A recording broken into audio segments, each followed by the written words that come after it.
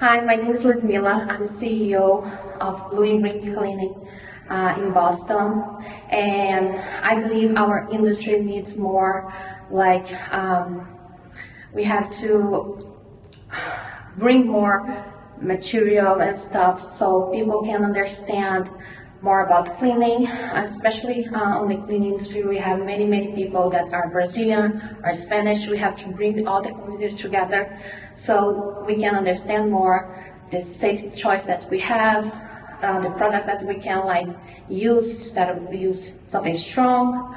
And I believe that we have to bring everything, all the materials, with people that really know about chemicals, like someone that has degrees, and show how mixing chemicals is really bad for your health, especially in a woman's body is really bad.